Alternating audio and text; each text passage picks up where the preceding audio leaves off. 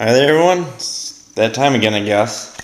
First of all, sorry for nothing forever. It's been out of my hands. Finally got in the garage. I haven't been able to do anything. It's been biggest thing is work. I work usually 40 hours plus 10 hours of overtime every week, so I've always been beat during the weekends if I'm not doing anything else. That's the thing, though. We've been doing so many other things that, well, anyways, yeah, enough complaining. Just nothing I can do about it, so whatever. One is I test fed the headers there, the Corvette headers I had. That one fits, but clearance between there and there is a little tight. It might boil the fluid, so I'll have to probably get some header wrap and just wrap around a little bit there. And that one there, it just starts hitting the body a little bit once you start bolting it up all the way. But all you gotta do is bend that edge over on the side there a little bit, and the one pipe will clear just fine.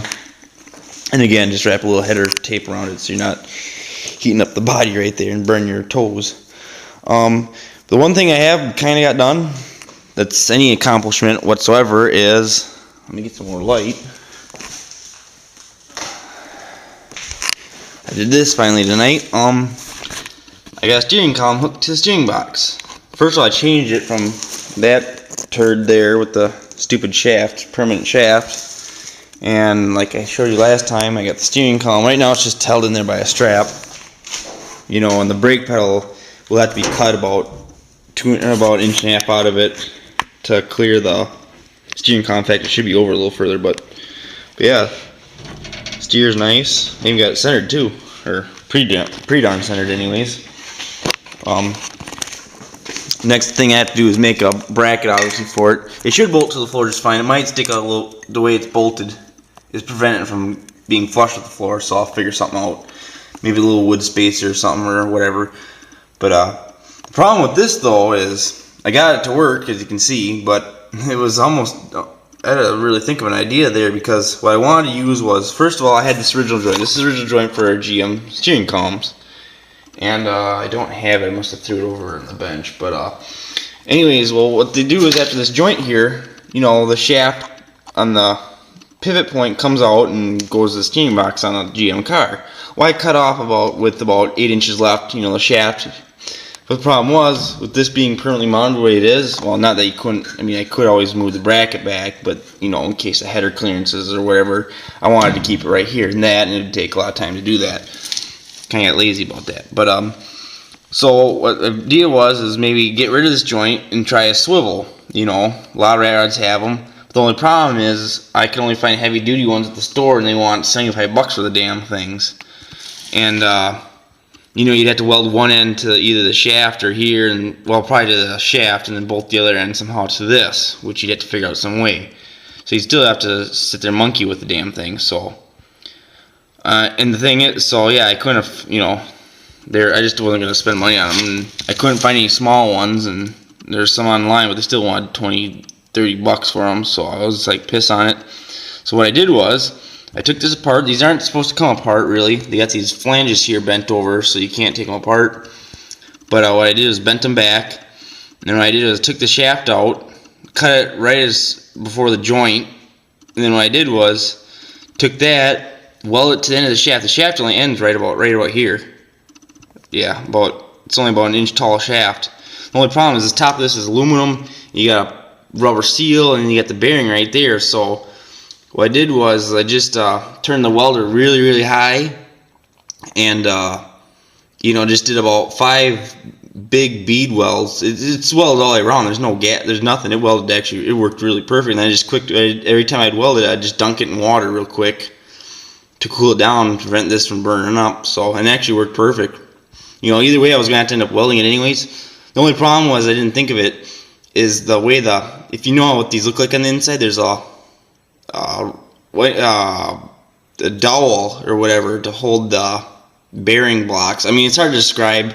I should have did a video while I was doing it, but I didn't, because I was kind of in a hurry to get this done tonight, so whatever.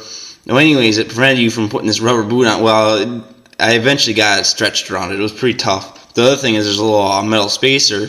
It almost fit, but I had to cut a notch out of the inside of the ring to slip it around. But anyways, it ended up all working except for the clip. You'd have to bend, distort. I'll just get a C-clamp and now clamp on this end of this boot. Not that you really even need it anyways.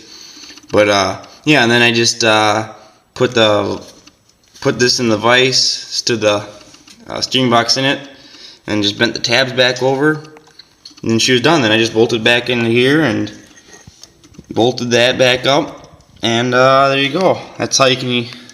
If you wanted to clearance, I mean, you couldn't have cut it really any closer than that. That's the thing. Kind of got lucky with that, and it should work just fine. You know, welds are strong enough to worry about breaking, because, I mean, like I said, there's almost no resistance, so it's like you're never gonna put any resistance on the weld or anything. But the welds are super strong. I mean, that actually worked slicker. I didn't think it even worked that well, and it worked great. So, but yeah. So the next step would be to, I gotta remove that junk Pitman arm, and I got the other one from that box, and use it, and then work on steering. So I'll try to work on it this week. You know, like I said, work is tough, so throwing furniture around really kills you, and you really don't feel like doing nothing when you come home. And I work night shift too, so that really screws you over.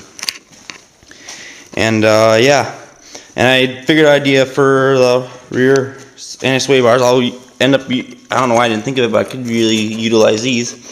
Just go from here, just a little bend, a little angle into it, and then I'll have another bushing welded to the frame rail there, so that'll work out just fine. Got a low battery here, so I gotta cut this up quick. But yeah, it's starting to really come together, or, well, not really, because I really haven't done much since last time, obviously, but, you know, I got a pretty good plan now, and hopefully now that I actually got work started, I can continue working. So it's getting a little easier, you know. We got a lot of stuff done at home, so should be able to work on this a little more. So, but yeah, the headers look pretty cool.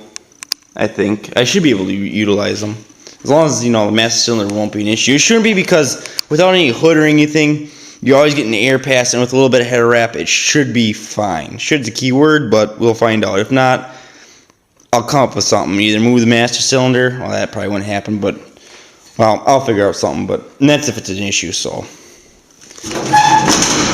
yep.